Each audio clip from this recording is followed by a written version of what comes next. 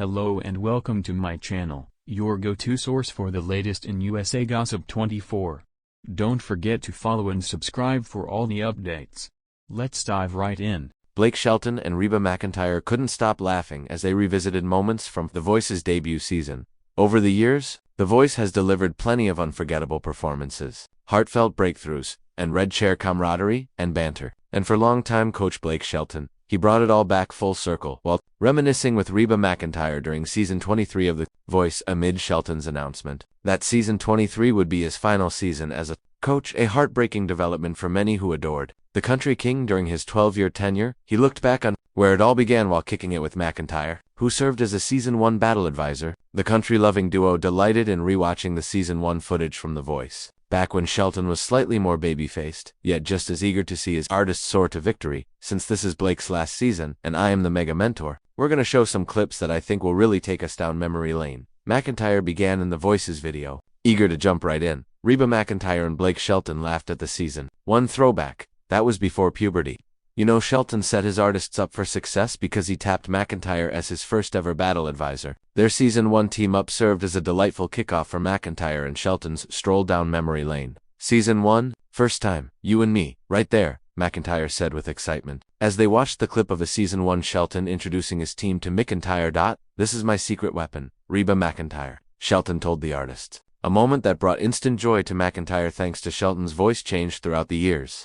Right after this, did your voice change? McEntire teased. It must have, Shelton laughed. Oh my god, that was before puberty. As the clip continued, the younger Shelton raved about the edge McEntire brought to the competition. Reba definitely gives me the advantage over the other coaches.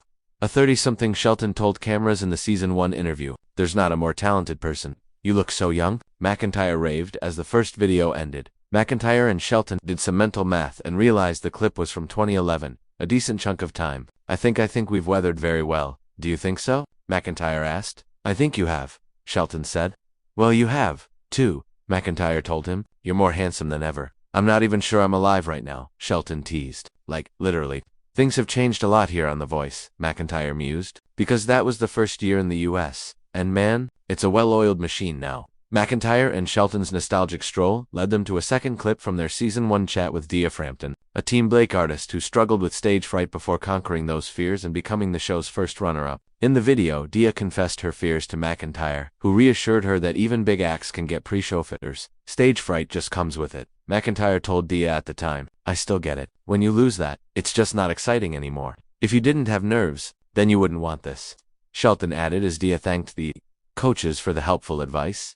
Long separated from the anxiety that comes from first becoming a performer, McEntire and Shelton chatted about their varying levels of stage fright as the second clip ended. Stage fright is something I just had to get over, McEntire said. You know, just keep doing it. The only time I still get nervous is if I don't know the song or if I'm wearing new shoes. Shelton laughed, adding that he always associated stage fright as part of the mystery of public performance. That's part of the draw of it for me, Shelton explained. Like, wow, that freaked me out.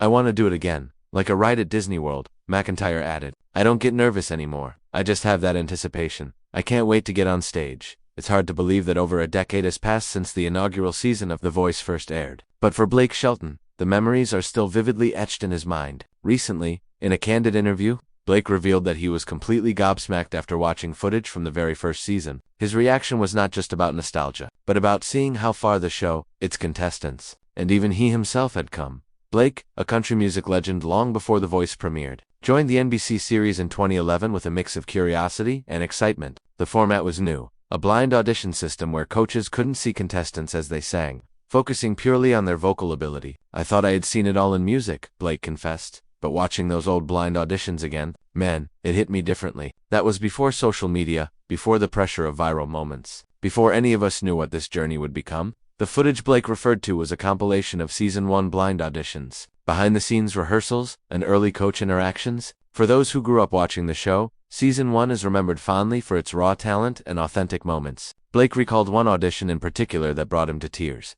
A young singer delivering a flawless rendition of Crazy by Patsy Cline. Watching it again, I remembered thinking, who is this person? How do we even get someone like this on our show? He said.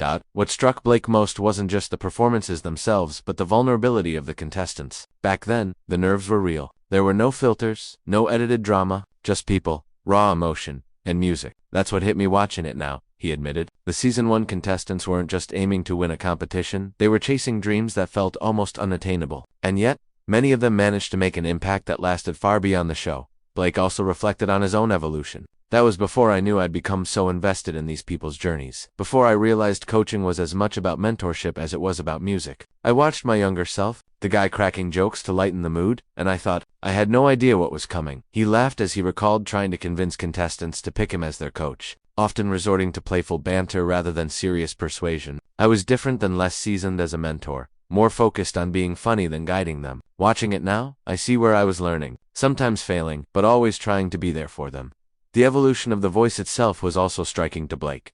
The show's production values, the massive live audiences, and the viral reach it has today were all absent in those early episodes. Back then, it was simple: a stage, a mic, and talent. Now, it's a spectacle, which is amazing, but I kind of missed that simplicity, he said. It was that simplicity, he argued, that allowed contestants to shine purely on their skill rather than social media buzz or dramatic storylines. Blake's emotional response to the footage wasn't just about the show or the contestants, it was also about his own personal growth. At the time of season 1, he was navigating his own career and life changes. I was a little more carefree, a little less aware of how much responsibility comes with being a coach on a show like this, he said. Watching those early clips, I realized how much I've grown not just as a coach, but as a person. That was before all the ups and downs, before the heartbreaks, before the incredible wins that have shaped who I am today. One particularly revealing moment for Blake came during a montage of the coach's interactions backstage. He noticed his younger self making jokes with Christina Aguilera, CeeLo Green, and Adam Levine, trying to break the tension. I didn't realize how nervous I was, trying to make everyone laugh so I didn't feel the weight of the moment, he admitted. Watching it now, I can see how much of that was me trying to find my footing, learning how to be both a coach and a part of a team of mentors. Blake's reflections also touched on the contestants themselves and the life-changing experiences the show provided. Many of the season 1 contestants went on to pursue successful music careers, but the journey wasn't easy. I watched people who didn't win, but still changed lives. Mine included. Some of those voices haunted me, in the best way. It reminded me why I do this, why I've stayed with the show all these years, he explained. The footage made him realize that The Voice was never just about winning. It was about giving people a platform, a stage, and a chance to be seen and heard. What surprised Blake most, however, was seeing how unpolished and human everything was. In an era where reality shows often emphasize drama over substance, season 1's authenticity shone through. There were no gimmicks, no forced narratives, he said. It was about talent, passion, and heart. Watching it again, I felt like I was seeing a different version of the show entirely. One that was raw and real and full of hope. For Blake, one of the most poignant moments came from a contestant named Javier Colon, who ultimately won season 1. Blake admitted that watching Javier's performances again reminded him of the pure artistry that initially drew him to music. Javier had something special, something timeless. I remember the first time he sang on that stage, thinking, this guy could change someone's life with just his voice. Seeing it again brought back all those emotions. The excitement, the disbelief, the pride.